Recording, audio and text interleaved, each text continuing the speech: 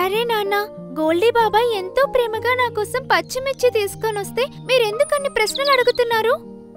అలా అంటూ చింటూ కొద్ది క్షణాల్లోనే ఆ పచ్చిమిర్చిని తినేసింది. అప్పుడే అనుకోకుండా తన కడుపులో నొప్పి మొదలయింది. నాన్న, చాలా నొప్పిగా ఉంది. బిడ్డా, ఇప్పటి వరకు నువ్వు బానే ఉన్నావు కదా? ఉన్నట్టుండి నీకేమైంది? నేను తనకి విషంతో నిండిన పచ్చిమిర్చి ఇచ్చాను. దానివల్లే అతను కొద్ది రోజుల్లో చనిపోతాడు. అది సాయంత్రం సమయం. మిట్టూ చిలుక దాని కొడుకు చింటూ చిలుకతో కలిసి ఒక చెట్టు మీద కూర్చుని ఉంది. వాళ్ళని కలవడానికి గోల్డీ రాబందు వచ్చింది. ఇలా చూడు చింటూ, నేను నీకోసం ఏం తీసుకొచ్చానో. అరే వా, ఒక పచ్చిమిర్చి.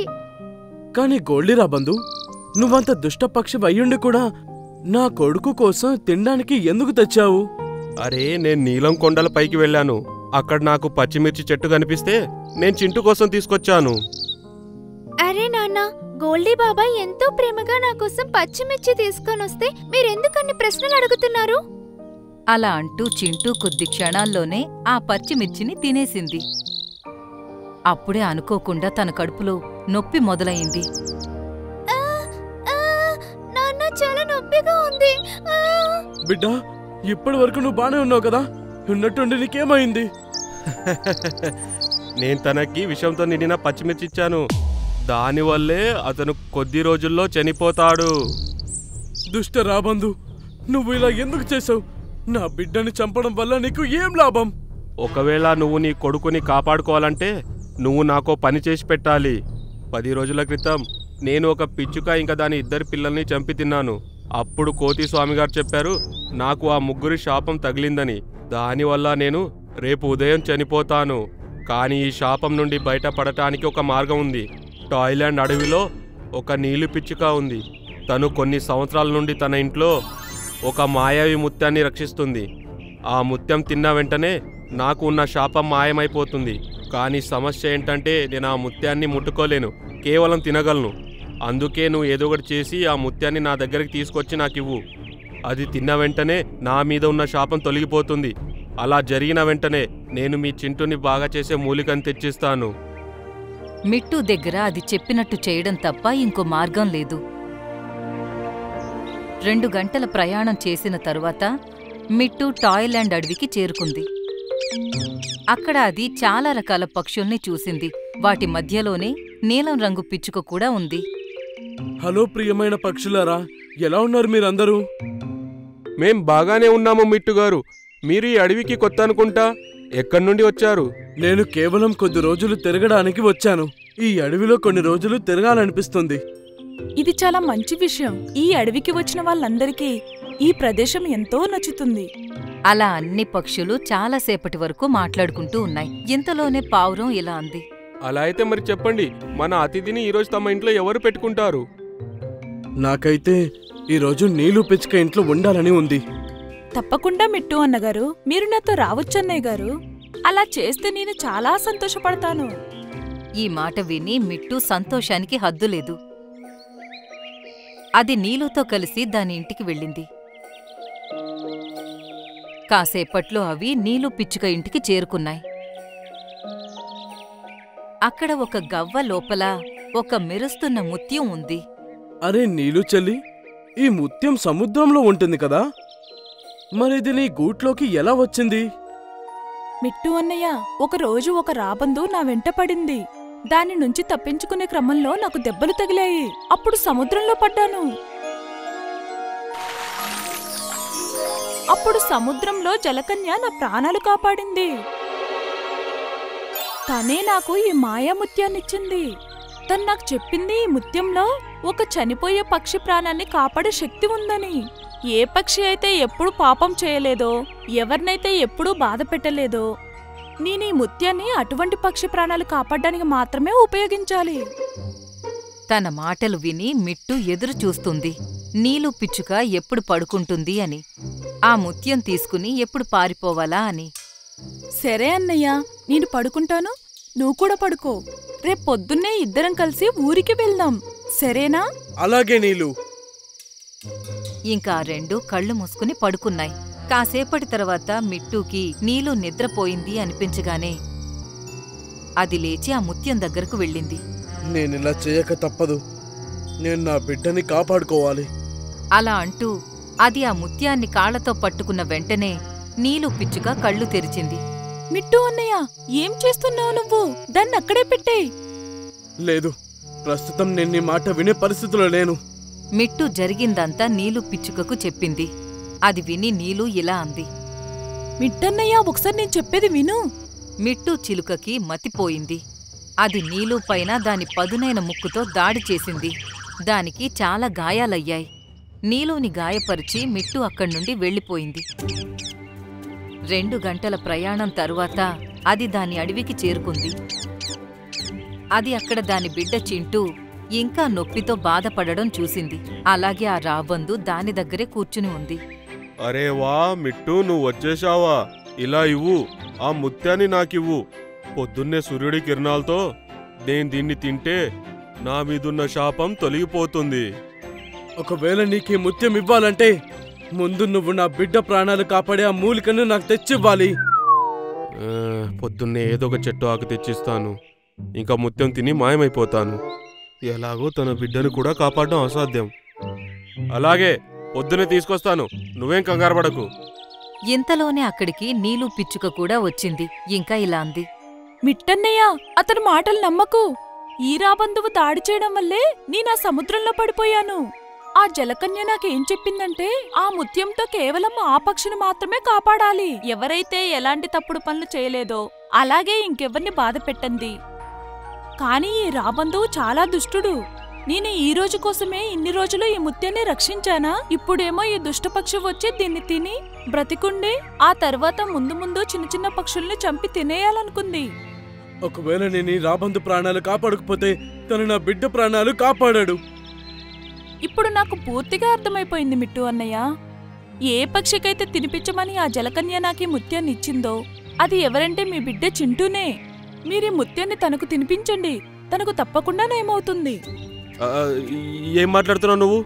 ఇంక మిట్టూకి కూడా అంతా అర్థమైంది. అది వెంటనే ఆ ముత్యం దాని బిడ్డకు తినిపించింది. అది తిన్న వెంటనే దాని బిడ్డ సంతోషంతో గెంతులు వేసింది. అరే వా నాన్న, నాకు పూర్తిగా నయం అయిపోయింది. ఇంతలోనే సూర్యుడు కూడా ఉదయించాడు. ఇంకా గోల్డీ రాబందు అరవడం మొదలుపెట్టింది. ఈ చింటూ కడుపులో ఆ ముత్యం ఉంది. ఇప్పుడు నేను చింటూనే తినేస్తాను. అప్పుడు నా ప్రాణాలు కాపాడుకోవచ్చు. అలా అంటూ అది చింటూ వైపుకి వస్తూ ఉండగా దాని ఆరోగ్యం క్షీణించింది. అలాగే అది నీరసంతో నేల మీదకొచ్చి పడింది. కొద్ది క్షణాల్లోనే అది తన ప్రాణాలను వదిలేసింది. నన్ను క్షమించు నీలు పిచ్చుక, నీ దగ్గరెంతో తప్పుగా ప్రవర్తించాను. పోనీలే, ఇక నా బాధ్యత కూడా పూర్తయిపోయింది. ఇక నేను వెళ్తాను. ఇప్పుడు నేను ప్రశాంతంగా మా ఇంట్లో పడుకోవచ్చు. అలాగే, నేను నిన్ను త్వరలోనే మళ్ళీ కలుస్తాను. అలాగే చింటూని కూడా తీసుకొస్తాను. తప్పకుండా మిట్టన్నయ్య. అలా అంటూ నీలు పిచ్చుక సంతోషంగా అక్కడ్నుండి వెళ్ళిపోయింది. అలాగే చింటూ కూడా మిట్టూని హత్తుకుంది. అరే తోడేలు, నువ్వా? ఇక్కడికెందుకొచ్చావు? ఏ రోజు ఏదైతే చూశానో, ఏదైతే విన్నానో అది తప్పకుండా తెలుసుకుని తీరాలి. లేదంటే నువ్వు ముందు ముందు బాధపడతావు. నేనేం చూశానంటే చందు ఎద్దు అక్కడున్న ఒక ఆవుతో మాట్లాడుతూ ఉంది. ఒక ఆవుతోనా? ఏం ఆవు? అరే, తను రోజు ఉదయం నిన్ను కలవకముందే ఆవును వెళ్ళి కలుస్తుంది. తను ఎప్పుడు నీకు చెప్పలేదా? డ్రీమ్ల్యాండ్ అడవికి ఒక కొత్త సింహం వచ్చింది. అది దాని సొంత అడవి నుండి బయటికి పంపించబడింది. ఇప్పుడు అది ఇక్కడ సత్తా చూపించడానికి వచ్చింది. ఇదే అడవిలో 2 ఎద్దులు కూడా ఉండేవి. ఒకటి తెల్లది, ఒకటి నల్లది. ఆ 2 పొద్దున్నుండి సాయంత్రం వరకు కలిసే ఉండేవి. అలాగే ఒకరోజు అవి 2 గోల్డెన్ కొండ వైపుకి వెళ్తున్నాయి. కాసేపటి తరువాత అవి ఒక కుందేలు క్యారెట్ తినడం చూశాయి. అలాగే కొంచెం దూరంలో ఒక తోడేలు చెట్టు వెనకాల దాక్కుని ఉంది. తిను కుందేలు, ఎంత తింటావో తిను. ఎప్పుడైతే నీ క్యారెట్ అయిపోతుందో అప్పుడు నువ్వు నాకు ఆహారం అవుతావు. ఈ మాటలు ఆ 2 ఎద్దులు విన్నాయి. అవి వేగంగా పరిగెడుతూ కుందేలు దగ్గరికి వెళ్ళాయి. ఇలా చూడుకుందేలా, త్వరగా పారిపో. ఒక తోడేలు నీ పైన దాడి చేయబోతుంది. ఏంటి? ఏమన్నా? తోడేలా? ఎక్కడుందది? అది ఆ చెట్టు వెనకాలే ఉంది. ఓరి దేవుడా, అంత పెద్ద తోడేలా! పరిగెత్తండి! ఇలా అని ఆ కుందేలు వేగంగా అక్కడి నుండి పారిపోయింది. ఇంకా అప్పుడే తోడేలు ఆ 2 ముందుకి వచ్చింది. మీరు చాలా పెద్ద తప్పు చేశారు. చూస్తూ ఉండండి, దీని పరిణామం తప్పకుండా అనుభవిస్తారు మీరు. ఇలా అని తోడేలు అక్కడి నుండి పారిపోయింది.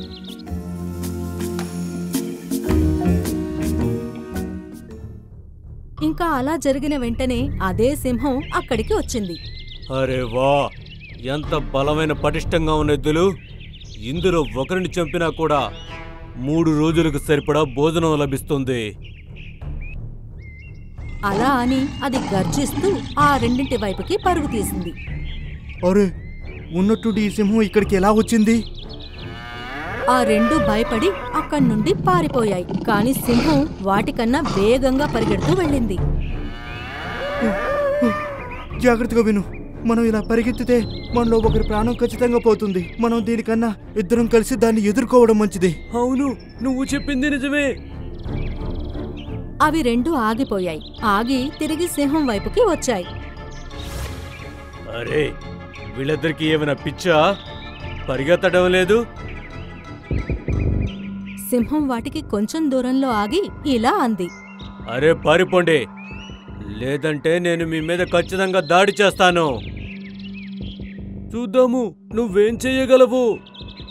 ఇలా అంటూ అవి 2 కలిసి దాని వైపుకి పరుగు తీశాయి. ఊరి దేవుడా, వీళ్ళిద్దరూ కలిసి ఒకేసారి నా మీద దాడి చేయబోతున్నారు. వీళ్ళు ఒక కొమ్ముతో పొడిస్తే నా పొట్ట పగిలిపోతుంది. ఇలా అంటూ సింహం అక్కడి నుండి పారిపోయింది. ఇంకా అవి 2 కూడా ఆగిపోయాయి. ఆ పైవాడికి ధన్యవాదాలు. ఇవాళ మనం బతికిపోయాం. ఒకవేళ పారిపోవడానికి ప్రయత్నించుంటే చనిపోయేవాళ్ళం. ఆ 2 ఇంకా అక్కడి నుండి గోల్డెన్ కొండ వైపుకి బయలుదేరాయి. ఇలాగే అవి 2 ఎప్పుడూ కలిసి ఉండేవి. ఇంకా ప్రతి ఒక్క జంతువు వాటి స్నేహాన్ని మెచ్చుకునేవి. ఒకరోజు తోడేలు పొద్దున్నే ఎద్దు ఇంటికి వెళ్ళింది. ఏయ్, ఇలా చూడు నువ్వు.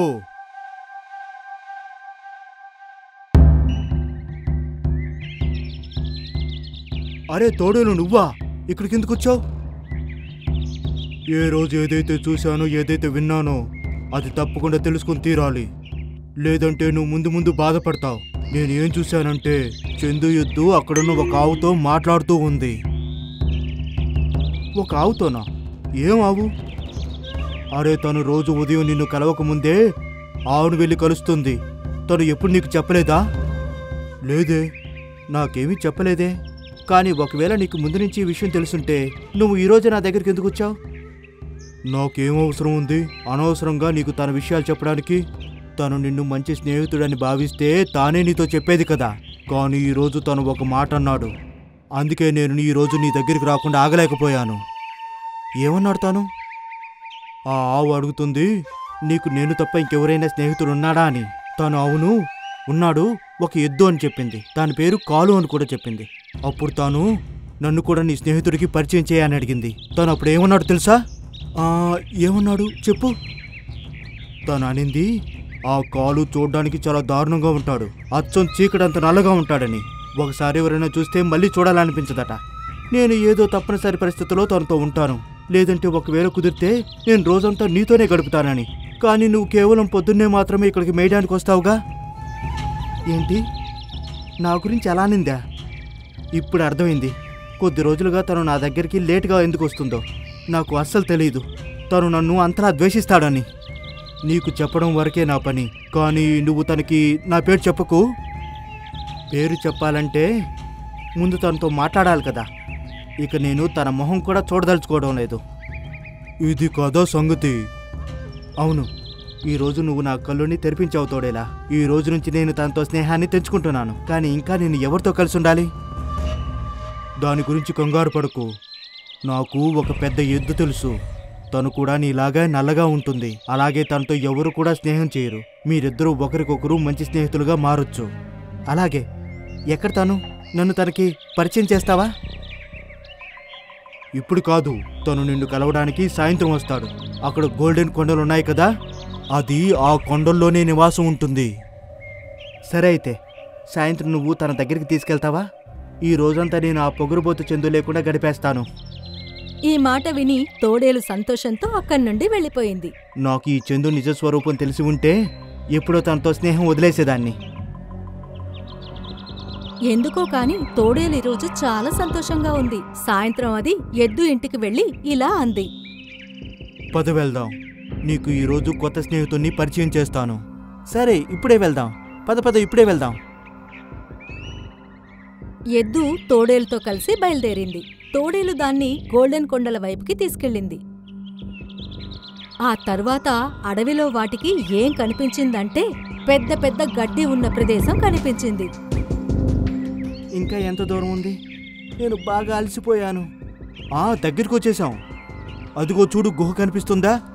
దాని లోపలే ఉంటాడు అతను.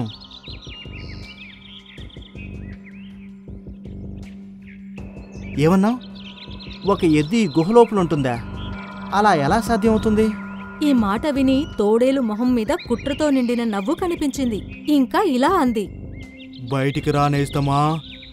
ఎద్దు వచ్చేసింది నీకోసం.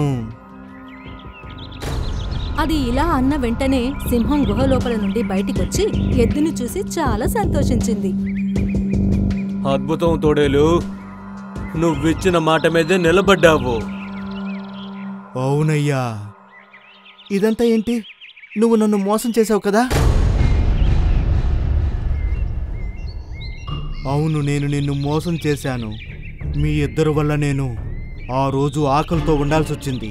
అందుకే నేను ఈ సింహంతో కలిసి ఈ కుట్రను పన్నాను. ఇంక నువ్వు నాకు ఈ సింహానికి ఆహారంగా మారుతావు. ఈ మాటలు విని ఎద్దుకి దిమ్మ తిరిగిపోయింది. సింహం దాని వైపుకి పరుగు తీయడం ఎద్దు అక్కడే నించొని ఇదంతా చూస్తూ ఉండిపోయింది. ఏమైంది? చాలా భయం వేస్తుందా? పారిపోవడానికి ధైర్యం సరిపోవడం లేదా? సింహం ఎద్దు పైకి దూకబోతుండగా ఇంకో వైపు నుండి తెల్ల ఎద్దు వచ్చేసింది. అది సింహాన్ని ఎంత గట్టిగా గుద్దిందంటే సింహం దూరంగా వెళ్లి పడిపోయింది. ఓరి దేవుడా, చచ్చిపోయాను.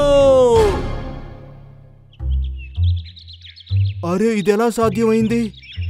చందు, నువ్వు ఇక్కడ ఏం చేస్తున్నావు? అసలు నువ్వు ఏమనుకున్నావు? నువ్వు ఏం చెప్పినా నేను నిజమని నమ్ముతాను అనే? నాకు నీ మాటలపైన కాస్త కూడా నమ్మకం లేదు. నువ్వు వెళ్ళిపోయిన వెంటనే నేను చందుని కలిశాను. తనకి జరిగింది మొత్తం చెప్పేశాను. అలా అయితే మరి నువ్వు నాతో కలిసి ఇక్కడికి ఎందుకు వచ్చావు? మేమిద్దరం తెలుసుకోవాలనుకున్నాం ఇంతకీ నీ ప్లాన్ ఏంటి అని. అందుకే మేము ఈ ఉపాయాన్ని ఆలోచించాం. నేను నీతో కలిసి నువ్వు చెప్పిన ప్లేస్కి ఖచ్చితంగా వెళ్తాను. ఇక చందు మన వెనకాలే వస్తుంది అని. సర్వనాశనం. ఆ రెండు ఎద్దులు కలిసి ఇప్పుడు తోడేలు వైపు పరిగెత్తాయి. అలాగే సింహం ఇంకా తోడేలు అక్కడి నుండి వెళ్లేంత వరకు అవి రెండు వాటిని అస్సలు వదల్లేదు. మన ఇద్దరి స్నేహాన్ని ఎవరూ ఏమీ చేయలేరు. అది ఎవరైనా సరే.